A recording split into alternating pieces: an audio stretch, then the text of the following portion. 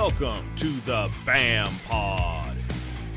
All right, everybody, welcome into the BAM Pod. I'm your host. This is a special edition, and, we just finished up talking about swim baits for the last 2 weeks, and the guest that I have on tonight is pretty well known for being a swim bait guy, and he did pretty well throwing swim baits, but he went up to Shasta Lake, and he caught a bunch of fish up there and took home the title of champion. Alex Niapas is on the line, and he's going to be our first guest. Now, the next guest we're going to have to that, Randy Pierson, he took second place. So we're going to have some really good knowledge about what happened at Shasta recently at the BAM season opener. But, Alex, we're going to talk to you first and break this down. So, first of all, welcome into the show, man. Glad to have you on. Oh, thank you. Thank you first for having me on. Oh, absolutely. First of all, thank you for coming on. And second, congratulations, man. That was, it wasn't easy. We didn't have the normal, and don't get me wrong, none of them are ever easy. But, we didn't have the normal tournament. You had to fish against 135 boats on the first day. And then we had to take a break because of, Mother Nature kind of kicking everybody's butt out there. And then we come back and we've got to do a full field on Championship Sunday. So you didn't get to go against, 10 boats. No. You had to go against 135 boats again. And like I said, it's never easy, but that always adds a whole nother degree of difficulty. I mean, there's a lot of guys out there fishing, and there's a lot, when you get to 135 boats, that's it's a large field, and there's a lot of really, really good competitors out there. This isn't your first time doing well up there. This isn't even close. You've done pretty well over there in your career on this body of water. And I'd love to break down a little bit about this lake. I mean, obviously, you're pretty well known for being a swim bait guy, and that's great. But the swim bait bite goes away right after you finish throwing it. You're doing it a certain way.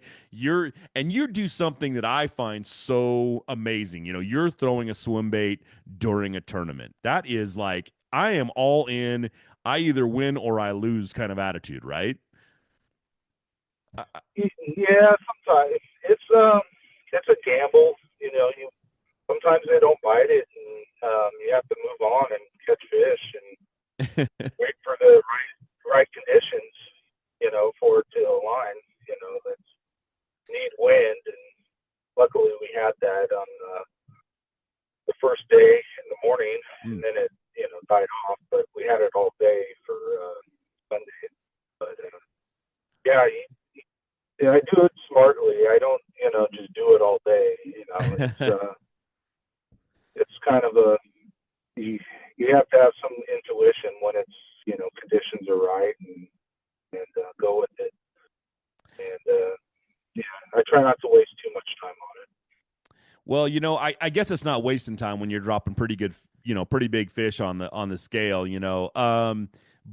But at the same time, I'd love to talk a little bit about the lake right now. Now, I'm going to say this is kind of a tongue-in-cheek thing, but it is, it's pre-spawn right now. And a lot of people, when they think pre-spawn, they're thinking like a month out or whatever. But I'd love to know a little bit. The lake was up. It was actually beautiful. There was a lot of water in it.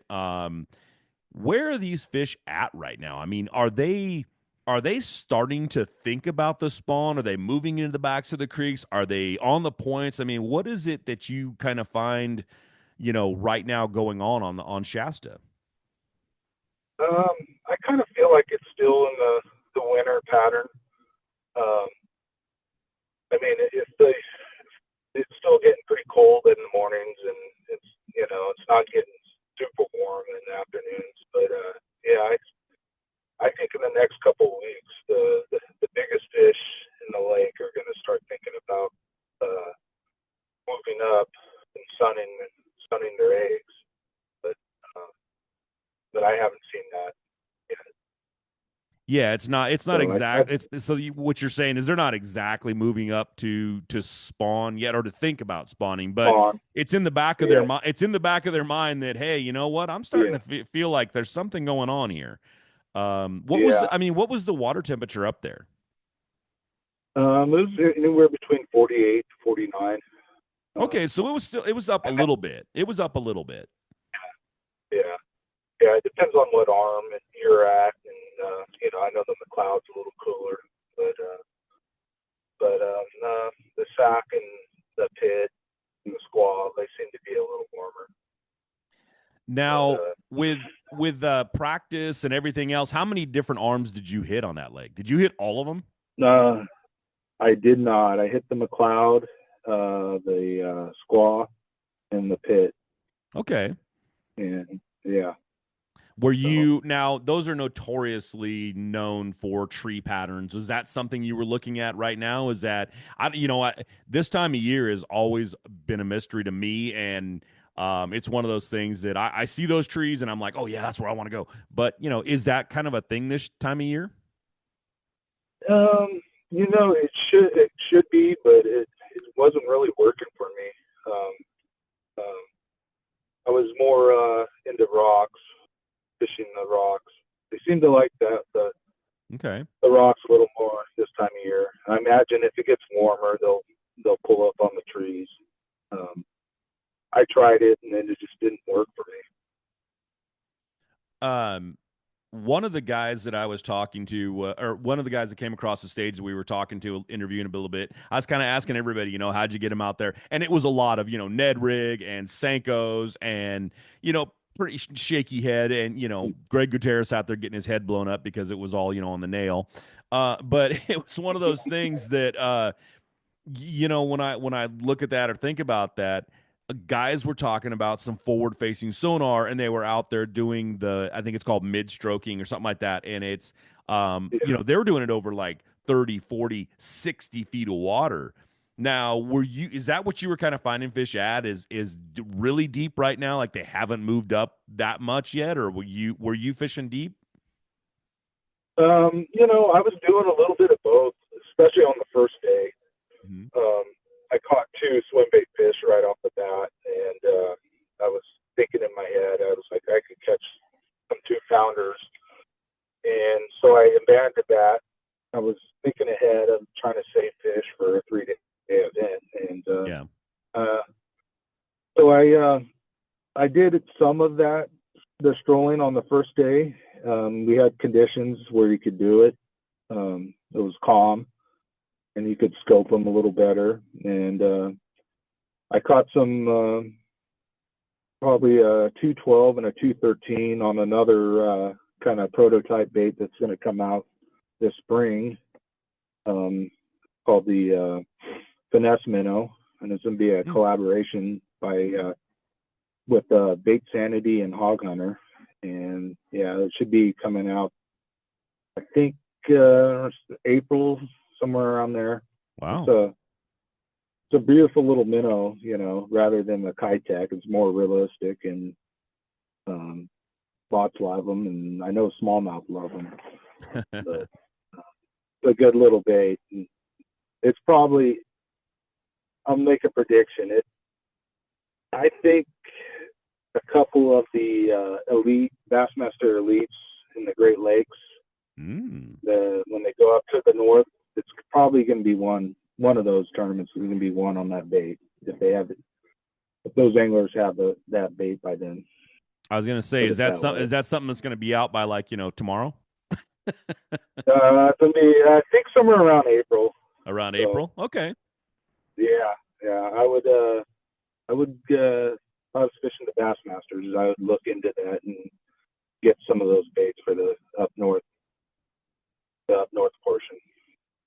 All right, So, and that's one of those things when we look at, you talked about right off the bat, the little bit of the wind was going on Friday, Saturday the wind was going so much so we actually had to cancel that tournament. How much did that really affect your game? I mean, you still ended up winning, so obviously it didn't affect it that much. But taking that Friday off, and then Saturday, and then fishing on Friday had a little bit of wind, and it was pretty decent wind. But and then taking that whole Saturday off. First of all, let me ask you: do you think it was okay to cancel that Saturday? Was that a good choice? The way that thing was blowing. yeah, yeah. It's hard to say, but it's better be safe than sorry. I mean, Shasta's not. There's only a few stretches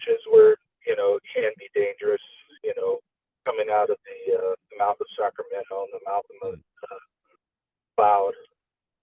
There's, it's not like Clear Lake, Right. where you have 12 miles of time for those waves to build up and make really big waves. But, it's, I wasn't upset about it, put it that way.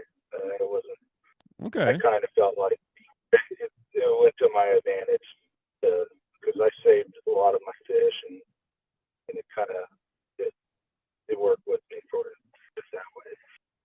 Yeah, we've got and then you had to go up and I'm guessing it didn't bother you that much that you had to go up against 135 boats. Could you still, I mean, you stuck to your game plan. You went back out there and hit those same areas. Like I said, I know that we've got the one bass coming up, and I don't really want you to give away a bunch of stuff on that. So I kind of preface that before I even did the show is like, hey, you know what? I would love to talk about the lake. With the water up like this, was that good for you too? Seeing the lake back up like this? Yeah, it was a good spot. It's kind of a weird lake. I've noticed my best days is for swim baiting is kind of where if it was about say 25 to 30, 25 to 50 feet lower, Mm-hmm. that opens up a bunch of spots for me. But I just kind of grinded, fished a lot of spots and spots that don't look obvious, and that kind of helped me out, finding some new fish. But yeah, they seem to bite a lot better when the water's up high. That's kind of my opinion. All right. Did you, were Yeah. you, when you were, I mean, I'm guessing you probably like everybody else, you already said you weren't throwing a swim bait all day long, but you were like everybody else. You're probably throwing the shaky heads and the worms and the Ned rigs and that sort of thing. I don't know if you go down that far. Was it something that when you were looking to fill those limits, when you were looking to get those extra, those, hey, I got to have, yeah, I can have this many swim bait fish, but I got to have something to fill that limit also. Was it something that you were looking for? You talked about rocks and that. Were you looking out towards the main part of the lake? Were you, all the way up in the backs of these rivers? Were you looking for water coming in? What were you kind of looking? What was that secondary thing you were really looking for out there? I was looking for deeper rock piles. That Okay. was kind of my secondary pattern, and scoping them and seeing if there's fish on them, and targeting with that new finesse minnow. And I caught a few fish on a Nico rig Cinco, but they never really helped. They were always like 1.8, 1.10s. Okay. They didn't weigh. I was trying. My goal was trying to at least the smallest fish that I have was a 2.5 pounder, and on the first day, I accomplished that goal, and I had 16 pounds. So Yeah. um, I was pretty thrilled about that. And then on the second day, I ran everything, and by the end of the day, I was calling 3.25, and so that's kind of new. I had a pretty good day. But Yeah, it sounds to me like you were out there like testing baits because when you were on the stage with me, you talked about, oh, I have this prototype swim bait I was fishing. Now you're talking about this prototype minnow you're fishing. I mean, was that what did you just like come to this tournament so that you could go up there and like test out a bunch of baits? Is that what was going on here? uh, you know, he, um, I had that finesse minnow for about a year, and the only time I could really catch him was up at Clear Lake, and it took me a while to dial in the bite on these reservoir lakes. Hmm. I was using too heavy of a head. I had to make some that were a little lighter, 8 ounce, and that helped the forward facing sonar. So you Yeah.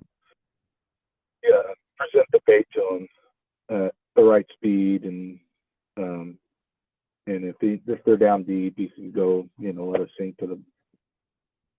But that's what I found is the lighter heads seem to be the ticket. Okay, so Um, when you're fishing that wind like that, and it's tough. Like, a lot of guys said that it's really tough when when you're picking up that finesse rod and you're trying to work that finesse rod in the wind. Even Mark Lassane said that on the stage. It makes it a little tougher to do. And now you're talking, you drop down to an 1/8 ounce rather than maybe like a 1/4 ounce or even maybe yeah, heavier. But yeah, how did you end up working that? Because I mean that's a really tough thing to say. It's like, yeah, I had to fish an 1/8 ounce. Were you just like, yeah. I am getting out of the wind when I do this, or were you still in it but you just let it go slow? The, no, on the second day, I pretty much just used the 8.5 inch weedless trout, Okay. and yeah, the wind is impossible to do the life scope them, Mm. and do that mid trolling, and it's you just throw that out the window and try to throw something bigger and not worry about it, not not scope them.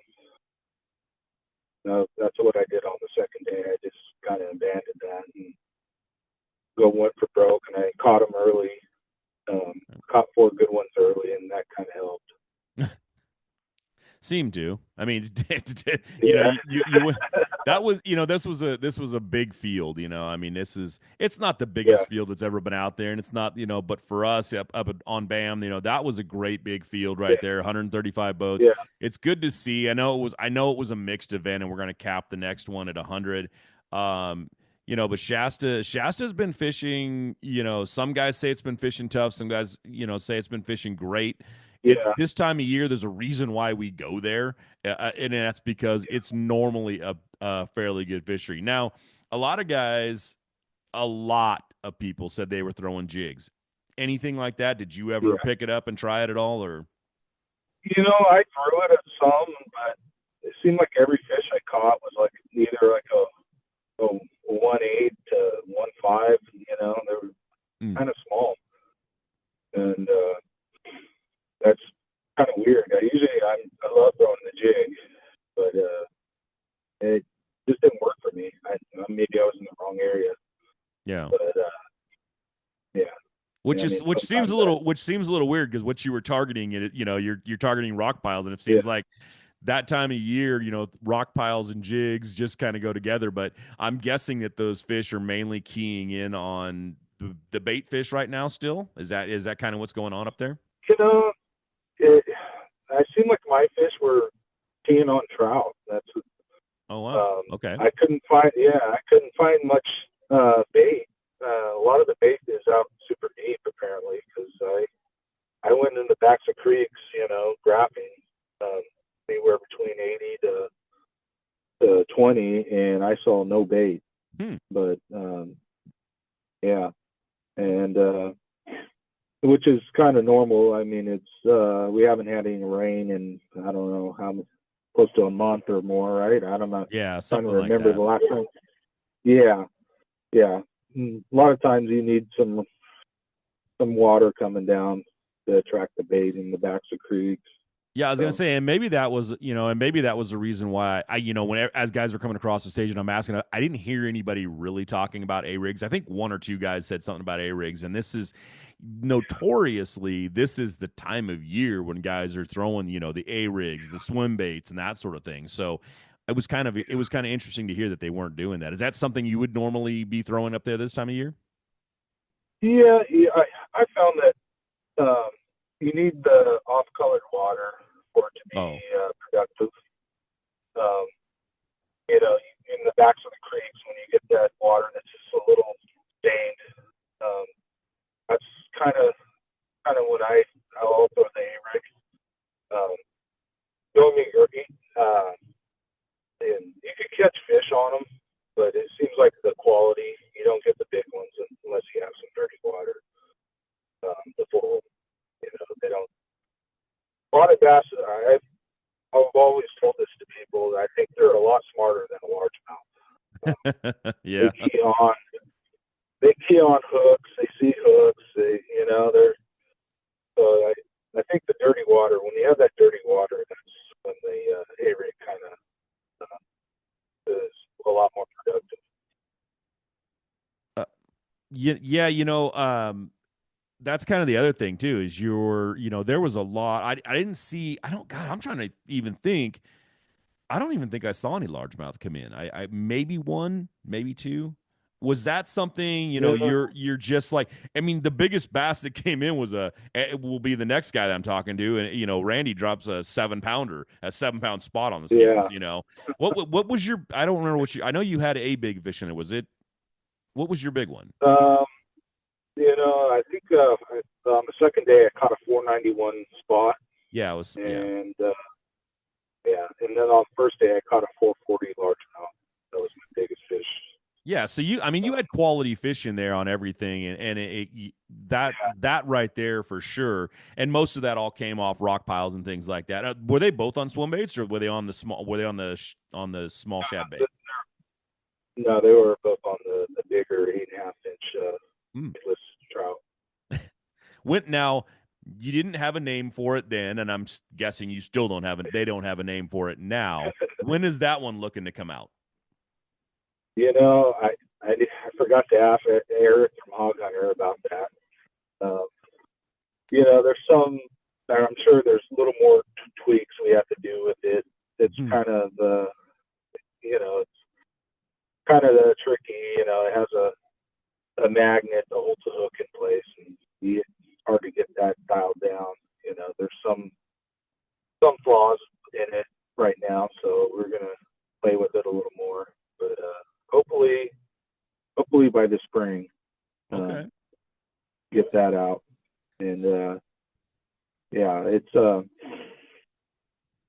it's like I was telling. I don't know if when I told you guys this, but times where I would pre-fish over the years at Shasta with no hooks with the mag, the 9.5 inch trout. Right. Some days I would get 30, 40 bites, and I'm thinking, oh, this is going to be amazing. I'm gonna win the tournament easy. And tournament comes around, and I catch one fish with hooks, and maybe get maybe 2 or 3 bites. And after doing that, for 2 or 3 years, I kind of told Eric about it, and was like, I can't pre-fish with no hooks. I have to put hooks on to find the fish that's willing to bite.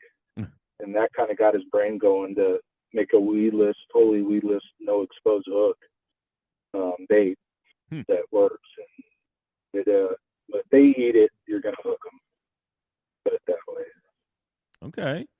I mean, it sounds Yeah, to me like this spring there's going to be some stuff dropped that may be changing the industry a little bit for a little while. I mean, there's always something new that yeah, comes out, and sounds a little exciting yeah, about what's going on. yeah. Shasta, I love the way that Shasta's kind of setting up right now. I think, are you fishing this one bass event? Yes, I am. Yeah, I'll be Okay. leaving Friday morning. Go back up and pre-fish.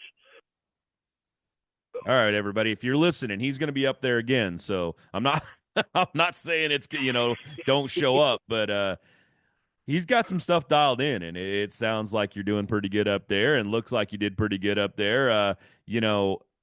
Coming across, and it was a little different. We couldn't quite put on the show we really wanted to, but is there any other? I want to ask you, is there any other events coming up that you're really looking forward to? looking forward to by the end of February to fish at Don Pedro again. The Bam Pro-Am. I guess if you're going to cap it at 100, I better hurry up and sign up. Yeah, that one. Yeah, that one's going to be capped at 100, which is for me, thanks. That's a lot. That was a lot of people coming across that say, a little over 200. It was about 260 guys came across that stage, and then we had the high school Yeah. kids, we had the college, this year coming on. How was that? Did you like seeing that? Those college kids come up there, the high school kids coming up? Yeah. Oh, yeah, that's great.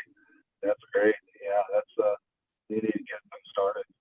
Yeah, I think it's nice to see at the West Coast, some youth coming up and being on there. I was trying to get them to talk a little bit, maybe get their, it's like earn your chops up here a little bit. But guys, this is the great time to get up there, center stage, talking to the camera, that sort of thing. Looking forward to Pedro. Yeah, I have a feeling there's a lot of people looking forward to Pedro right now. I know that Maloney's was one of those ones that guys were really looking forward to, with the change to not allowing tournaments out there. We're kind of on that, but I think that's a good swap right there. You're out on new Maloney's, but you're up there for Pedro, and that's going to be, that should be a really good event. I mean, I think there's some big fish can be caught out of that thing. Capped at 100. It should be a fun event. Yeah, yeah. Pedro is fishing pretty good. It's been about 6 or 7 years since fishing this good, and yeah, it seems like everybody's catching fish on each side of the lake. It doesn't matter. It's pretty open. It's not like you have to run to one side of the lake and fight over a couple spots with people, but everybody seems to be catching fish on the lower end and the upper end, which is good. All right. Well, I'll tell you what, we've got about 4 more minutes here before we gotta cut you off. But hey, how do people follow you? How do they, come check out Alex and see where you're at? How do they, see what you're doing, and where do they find you? Yeah, you can find me at Alex Niapas on Facebook and Instagram. And then if you want a guide, book a guide, you can visit my page at catchingcalifornia.com. And I also guide. Awesome. And now, when you take people out guiding, are you focusing just on swim baits, or are you kind of like, hey, I'll just take you out and catch a bunch of fish? It depends on what the guys want to do. If they want to learn the swim baits, yeah, I'll take them out and show them, some of the secrets and what to do. But yeah, usually those trips cost a little more, but pretty good. I'm an open book, I'll tell you. And yeah. All right, man. Well, thank you again for coming on the show and doing this. We really appreciate it. It's tough to sit there. I know you're going to go back up to Shasta, and you gave up some of your good stuff and what's kind of been going on the lake, and I like that. And I'm going to be talking to Randy here in the next segment, and we'll talk about him kind of doing the same thing. So anybody listening, thanks for tuning in right now. Alex, again, thanks for coming on, and there should be great info on the next guest as well. So, Alex, thanks again, and we'll talk to you later. What the flock are you waiting for? California's newest luxury entertainment destination, Chicken Ranch Casino Resort, is ready to play. Experience laid-back luxury in our modern hotel, a casino floor with views of the Sierra, and diverse restaurants and bars that'll keep you squawking for more. Experience the all-new Chicken Ranch Casino Resort, located just 60 minutes from Yosemite National Park. Visit playchickenranch.com to book your trip today. All right, welcome back, everybody, to the second part of this show right here. We just had Alex Niapas on here, or Niapas, sorry, I always do that. And the second part, we're not stepping down too far. We're going right to second place. The man who took second place, but he took the big fish overall, and I believe he took big stringer on the second day with an 1864. He had a 7-pound, 4-ounce spotted bass. Mr. Randy Pierson, welcome to the show, man. Hey, how are you doing? I'm doing great, man. Congratulations on that up there. I know you came just a little shy of taking home the whole thing, about 4 pounds shy, but still just a little shy. It was a good day up there. The fishing on Shasta was good. Had a little cutout there where we had to cancel the second day, so everybody fished on on Championship Sunday, which was a little different than what we normally do for sure. But there's a bunch of people that would love to know, how you went out there and attacked that lake. It is that time of year when the fishing can be tough, but it's also the reason we go to Shasta, because it's actually really good. It's a lake that, this year is up a little bit. It's higher than I think it was last year this time of year. It seems to be fishing okay. How was it out there for you overall? It was fishing really, really well for me. there was a group of us, Bruce Harris and Alvin and Brian and myself and, a couple other guys. We went up about a week before the lake went off limits, because it goes off limits on Monday and Tuesday. So we went up the prior Monday and Tuesday just to kind of, sneak around and look and just kind of see what was going on. And we only fished for about a day and a half, but at least when we were up there, I kind of had an idea with the water level and what was going on. And in those 2 days, we actually, never caught a fish over 3 pounds. My goal in that deal was to fish all new water that I've never fished before. And I felt when we went up that time, it went pretty well, because we caught several over 2 pounds. And I say we didn't catch anything over 3, but we had some 295s, a 298, and those kind of fish, which those are the solid ones. And I was trying to target those fish over 2 pounds, because what I've found at Shasta is whenever you're catching the 2-pounders, those big ones, the 3s, the 4s, and anything over a 4, I mean, those are a little bit of luck fish, but those are generally with those 2-pound class fish. They're mixed in. And we accomplished that, caught a lot of fish. I mean, my buddy Brian and myself, we practiced together, and he actually fished as a co-angler and took 13th up there on the tournament. So he did well also. But while we were up there, we said, man, we caught a lot of fish in that half a day. So let's keep track the next day and see exactly how many fish we catch. And we actually caught 70 bass in a day of fishing. That wasn't a guesstimate. That was a exact number, because we were stuck on 69 and we wanted to make it to 70, and we both lost number fish, 70 twice, and then we caught it, and then said, okay, we can go in now. We caught 70. So the fishing was really kind of good, and for numbers, and mixed in there, I think we had 8 or 9 over 2, which those are the ones you're looking for. And so that was the pre-practice. And then the official practice, then I started poking around with some of the familiar water that I've fished in the past at Lake Shasta. And it was everything kind of stayed the same. And we caught a lot of fish in practice. And myself, I did not catch a fish over 3 pounds in practice. So I had basically 4 days and didn't catch one over 3. Again, I'm trying a lot of different stuff just to either eliminate baits or eliminate areas and get confidence in areas and get confidence in baits. And the last day of practice, Brian actually caught a couple over 3. So, and that definitely helped me quite a bit. Now, was there any one thing, with the water up the way it was were you looking for fish or finding fish shallow, deep? Were they following the water up? Was it too cold coming in? What was it that you were really looking on that? Actually, it's kind of almost pick your strength and fish, because I did find there was fish super shallow, like 2 and 3 feet deep. And I mean, we caught fish from 2 to 70 feet. And that's kind of been the going trend this year. I mean, even with the motherlode lakes, there's shallow fish now.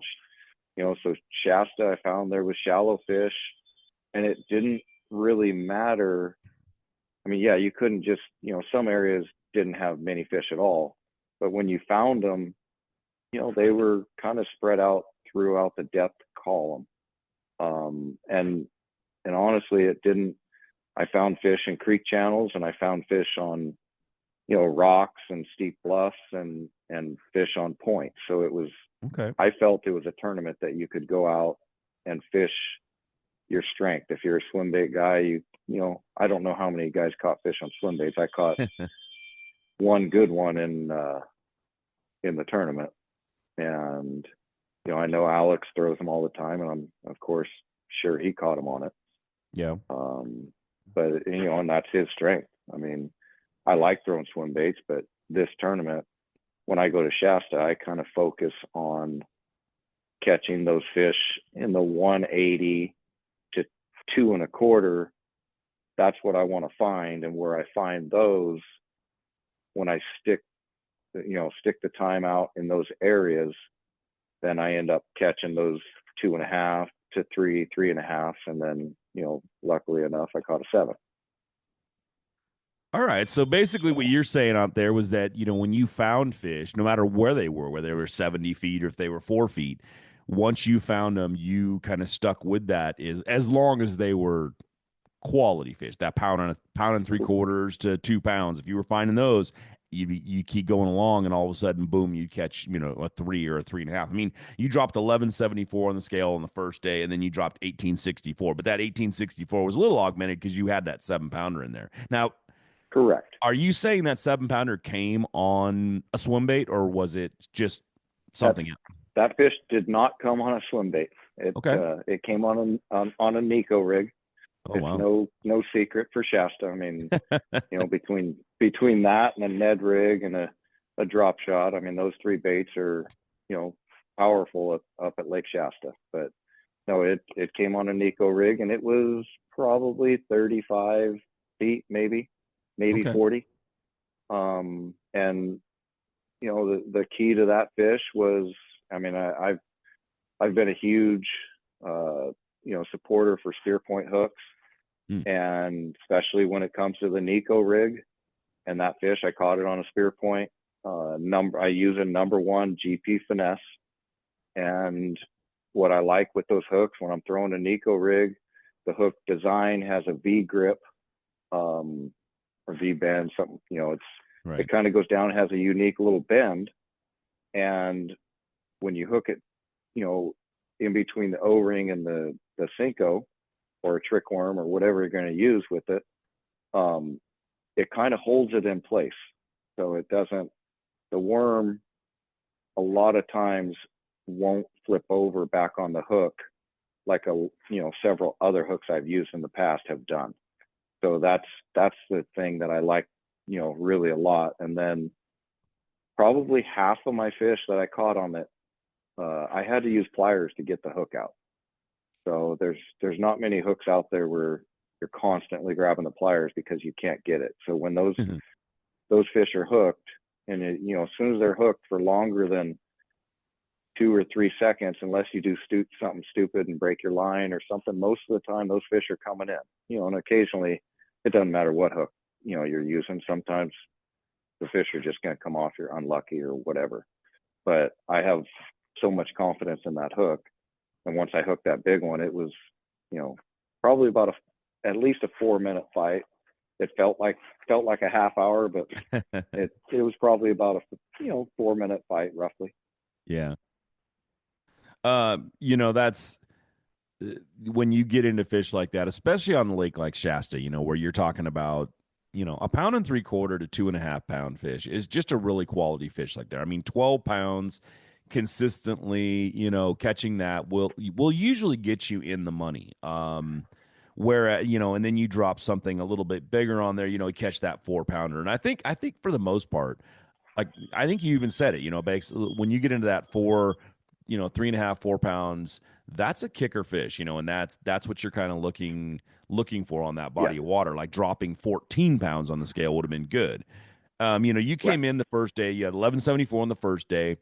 How did that, where was that putting you in your mind when we had no idea that we were going to cancel Saturday at that point, but how were you feeling after that first day? The first day was kind of interesting, because I caught a ton of fish, and I actually was watching the weather forecast very carefully, and I had found a stretch that I thought I could go and catch 12 to 13 pounds, and it was protected from the wind. So when I saw the weather forecast and everything. I was like, okay, the first day I'm going to try not to fish this area at all. I'm going to save it for the second day. And, you know, we had that wind forecast, and I figured, you know, you can't go into a tournament. And I've done this long enough to know that if you plan on a tournament getting canceled, it's never going to get canceled, Right. you know, for a day because of weather. You have to go out there and in your mindset know that, hey, I'm going to fish. And then if it does get canceled, it is what it is. But if you go out there with the mindset of, man, I hope they cancel it, and they're going to cancel it, and then all of a sudden you end up fishing, then you're kind of in the head a little bit messed up. So I was planning on saving one area for the second day, which would have been Saturday. So when things were playing out on the first day of the tournament, you know, my first fish, I started on a spot and I had another boat next to me, and I just didn't feel comfortable fishing. I couldn't position the boat correctly, and I watched them catch a couple, and I never had a bite. So I'm like, okay, I'm going to leave. I got tons of other spots, and went to my next spot, and I probably caught 20 fish. And my biggest one was 1.75 pounds.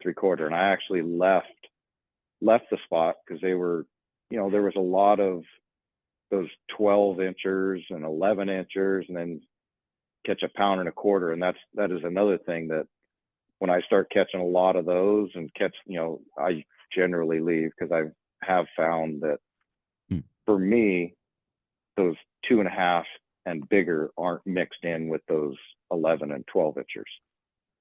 So I left there and ran and hit some other stuff. So it was probably 10 o'clock, and I didn't even have a 2-pounder. I had like a 178 and a 170, and those are my two biggest ones. And then my other ones were like 150. So I was not doing so hot. And I rolled to some other stuff, and I caught a 2.12, which is just my scale's in hundreds, so it was just barely over 2. And then I caught a 201. So I was like, okay, those are, at least I could get away with weighing those two if I have, you know, 2.5 to 3s mixed in with them, and I'll be fine.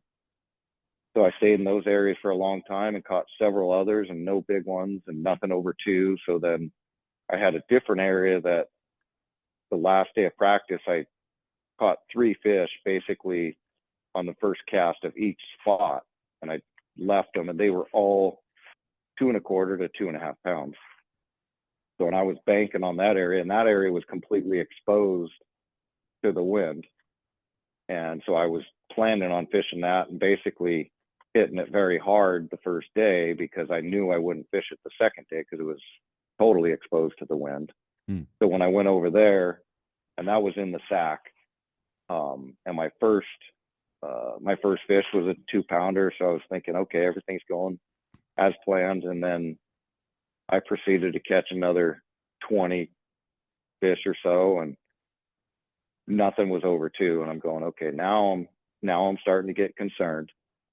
And so I didn't want to fish that protected area. And I felt very, like I said, I felt very confident, because we caught some 2.5 to 290, 295 fish in the area.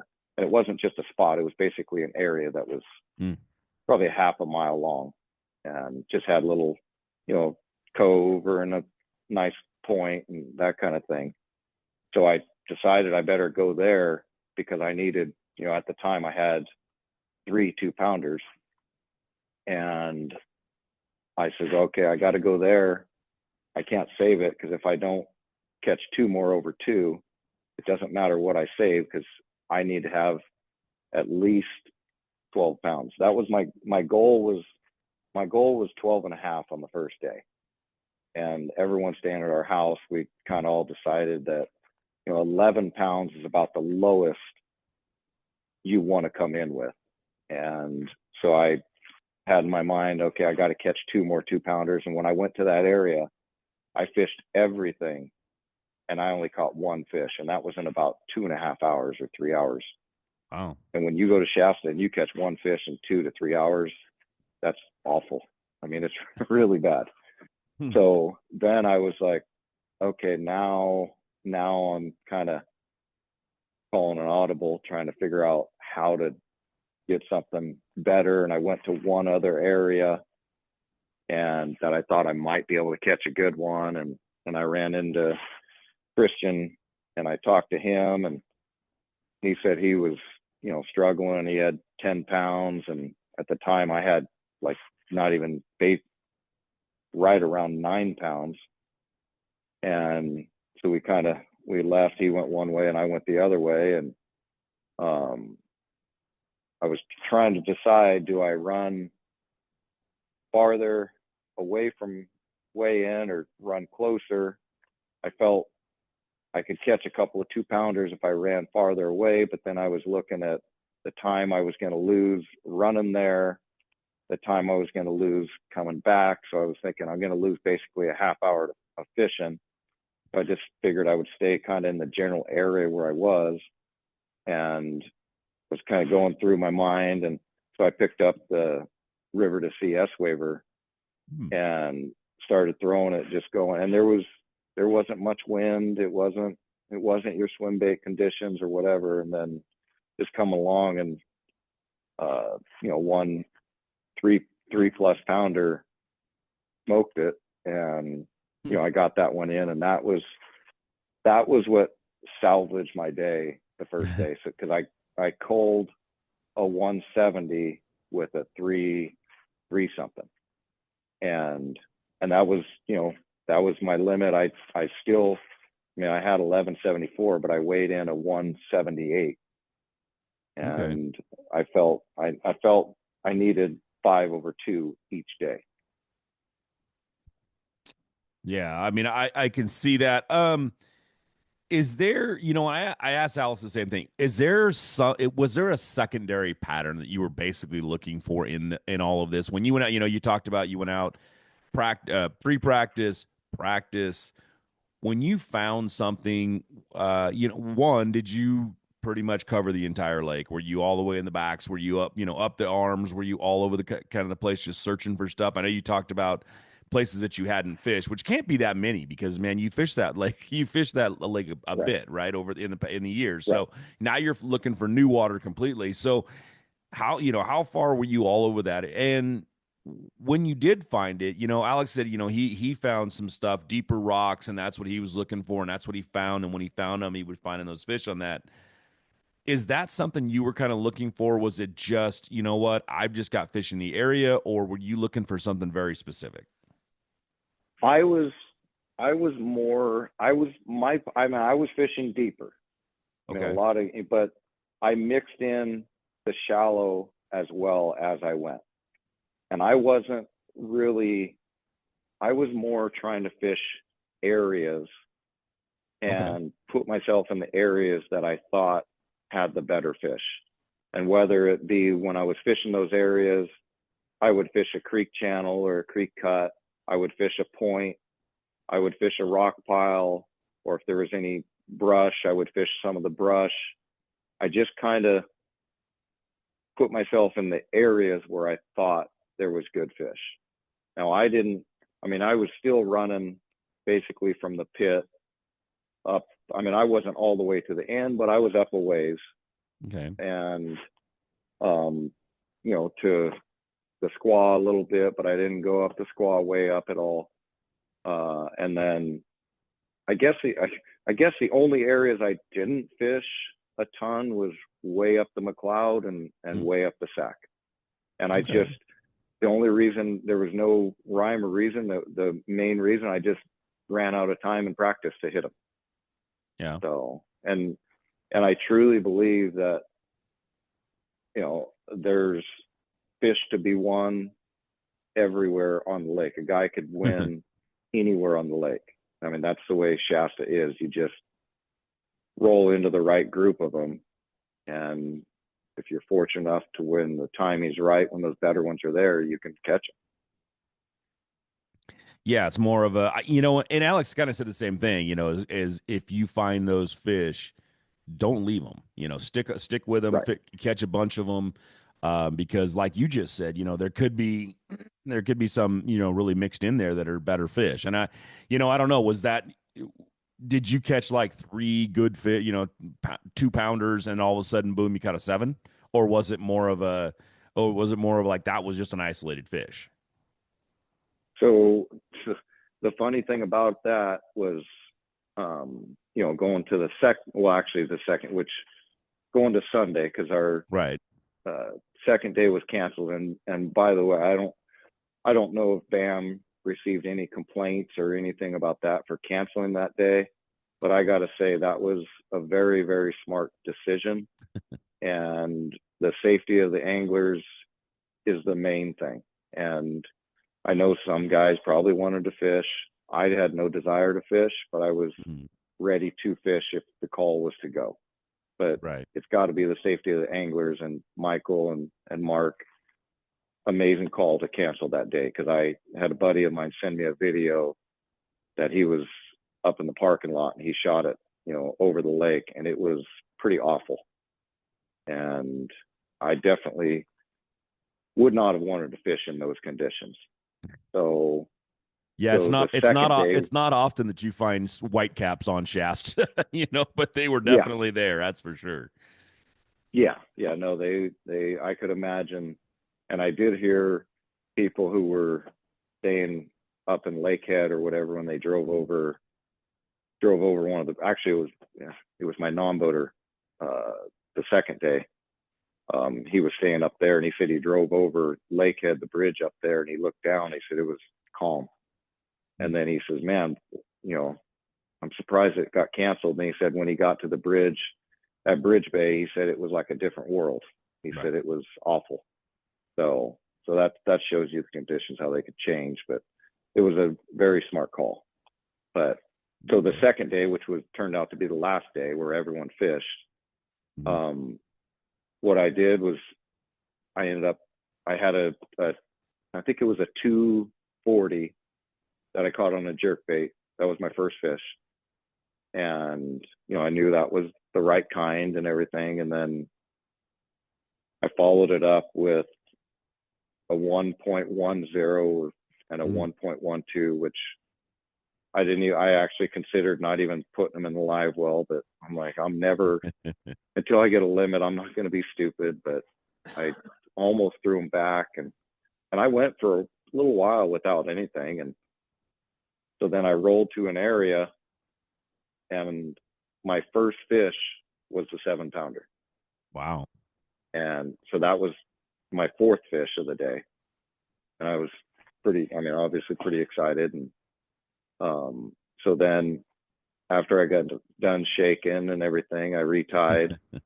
My very next cast, I caught a 238. I threw that one in the live well. That was my fifth fish. My very next cast, I caught a 270. I threw that one in the live well, called out the 110. My very next cast, I caught a 2, called out the other 112. And then next cast, I caught like a 1.75 pounds. So I had five casts, and 5 or 6 casts. I might have caught another one, but it was a pretty crazy flurry of about 15 minutes. And it was pretty windy. And then the wind got too strong where I had to leave that area because I couldn't really hold and fish it correctly. So, and then I kind of bounced around and caught fish here and there, and ended up catching a 349 later in the day. And yeah, so it was pretty good day. I ended up only in the 4 days, you know, counting practice and the tournament, I lost one fish. And then that was the second day. I had one, and my bait just folded up over on the hook. That was the one time. Every once in a while it'll happen. And it was a good one, but it wasn't it might have been 3 or 3.5. I didn't see it, but after fighting it, but it wasn't anything that I could catch Alex. I mean, there's no, right. no way. I mean, it wasn't. So, and that's yeah, the nice thing. He had a pretty good weight. Yeah. Oh, he had a phenomenal weight. When you come in with 16 pounds and the first day, and he's very good. He's very good everywhere. So I've competed against him for years, and he's a threat wherever he goes. Yeah, but you were right there. It was close on that. He did walk away with it. I mean, 4 pounds is still that. I mean, that's a good margin, especially on a lake like Shasta, where I see a lot of these tournaments that are won with a pound difference or maybe 2 pounds if somebody really gets on them. But 4 pounds that's a tough one right there. I mean, he had what I think he had 1633 or something like that on 1630 something, yeah. Yeah, 1630 something on the first day, and then I think he dropped 18 pounds too on the second day, didn't he? I think somewhere in that general range. He had 18 something, a little bit. Yeah, so it's like a bit more. It's like you guys both went out there. You'd obviously figured some things out. You I don't want to say you lucked into a 7-pounder, but it's kind of how it works, right? You were in an area. And I always look at luck as, if you're just prepared for when something good happens, right? That's what luck really is. And you got into a fish right there and you caught that fish, you were prepared for it and you got him. Preparation meets opportunity. Exactly. And, I asked Alex the same question, at what stage do you really feel like these fish are in? He said they were in a winter pattern right now. And I know everybody, we're kind of thinking it's pre-spawn, and people say pre-spawn, but I can't think it's pre-spawn with like 48-degree water. I mean, that's what he said he was finding was that 47 to 49, kind of all over the place. Is that what you were finding? I really didn't pay much attention to the water temp. I mean, I'm different. I just, unless I'm way up a river, right, to where I'm worried about the temperature change, then I'll really focus on water temp. But I think it was somewhere in the 52, 53, I think. Okay.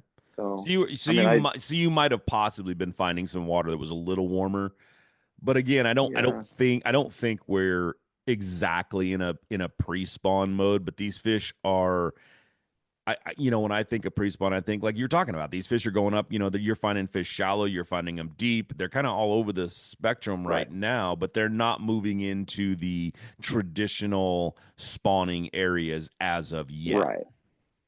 Right. I totally feel that, they're still in their wintertime stuff, but it's been a weird year. I mean, every lake I've fished this year, there's been super shallow fish. I mean, I was catching topwater fish at Don Pedro in December. Wow. So that's a first for me. And Shasta, I actually tied topwater on during practice, because that's how different it has been with the amount of shallow fish. But I like fishing deeper, so that's what I did. And, what I did notice was a lot of the fish were stuck to the bottom. I mean, they're not roaming around a ton. I mean, actually, they are moving around a little bit, but because every once in a while, when you're forward facing, you can see see a fish or something move on the bottom, but they're not lifting up a ton to where they're easy to see.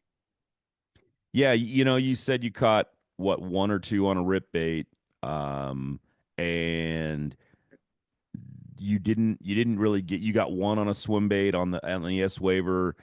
Were you? I mean, for the most part, was it a slower presentation that really got the best bite, and was it one of those things? I didn't hear of a lot of people throwing the A-rig, which is kind of weird because this time of year is normally when you start hearing the A-rig and that thing kind of come out. But I didn't hear a lot of people catching them on that. I threw an A-rig in practice. I threw it when I was up there for the week prior. I threw it the first day of practice, and I caught a fish, I caught a couple of fish. I had a lot of followers. I mean, dang near every cast, for every other cast, you'd have one or two fish. And, that's what forward facing sonar has done, is Right. it allows the anglers now to realize we have fish around our baits more than we ever thought. And I mean, I could see the followers. They were coming after it in groups of 2 or 3, and you're waiting for the bite, and you never really got it. So I had one rigged up on the deck the first day that I maybe casted twice, and I cut it off for the second day. I didn't even have it rigged up. So that was not even in my thoughts to even throw that. So.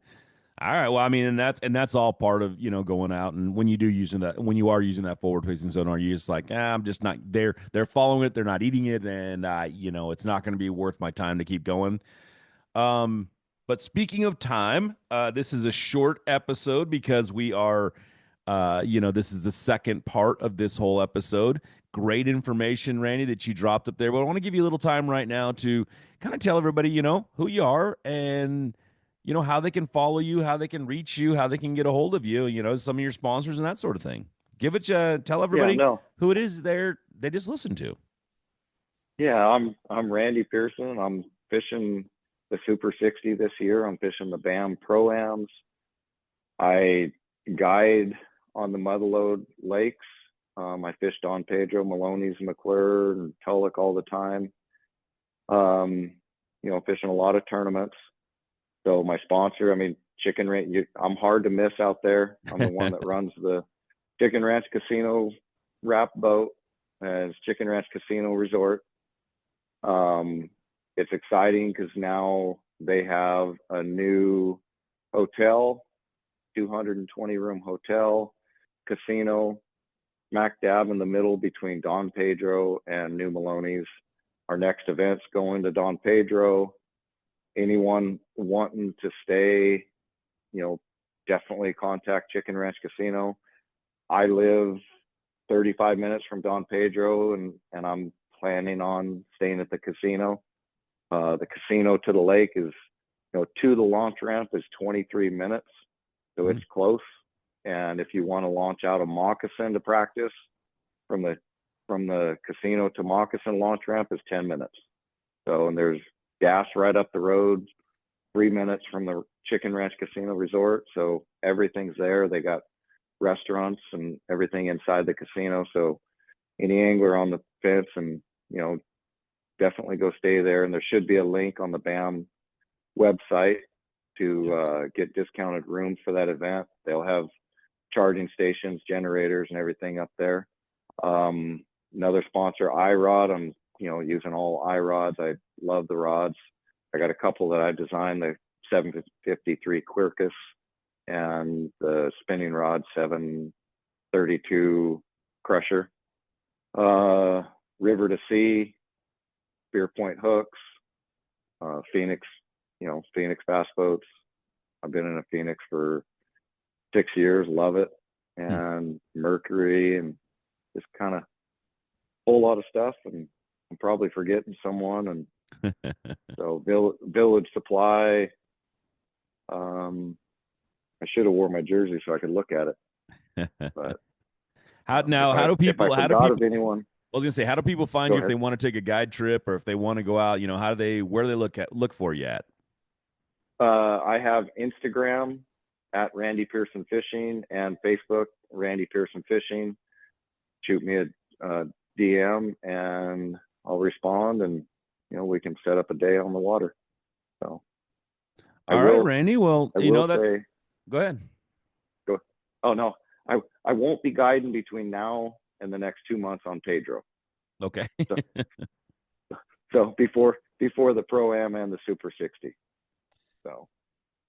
All right. Randy, that's some great information, that you just gave us. I know you're going to be up there fishing the one bass tournament up there on the lake. So thanks for coming out and sharing this with a bunch of guys. This is going to go out tomorrow. I will be working on this and get it up tomorrow for everybody. So, everybody, thanks for tuning in and listening to this one. Randy dropped a bunch of information. Alex dropped a bunch of information. So it should be a good start on what you're going to do. Go up there and look. I still hope you guys do very, very well.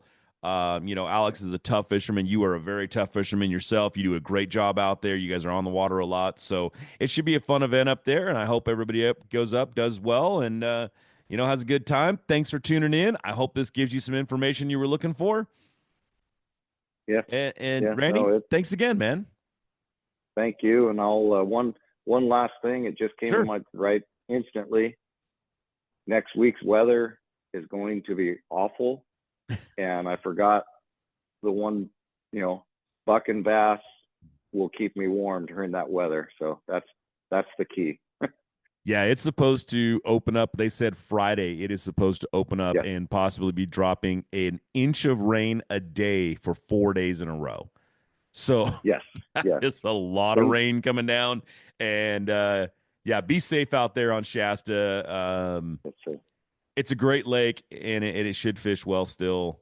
One more week of that, and no snow though. There's this one's supposed to drop snow finally, but no real snow coming into the lake yet. So, right. All right. No, well, thanks for good. A lot of things will change. Yeah. Well, thanks for tuning in, and Randy, thanks again for doing this, and we appreciate it. And we will we'll see you guys in a couple weeks with the next great angler I've got. We'll see who wins up there at Shasta. All right.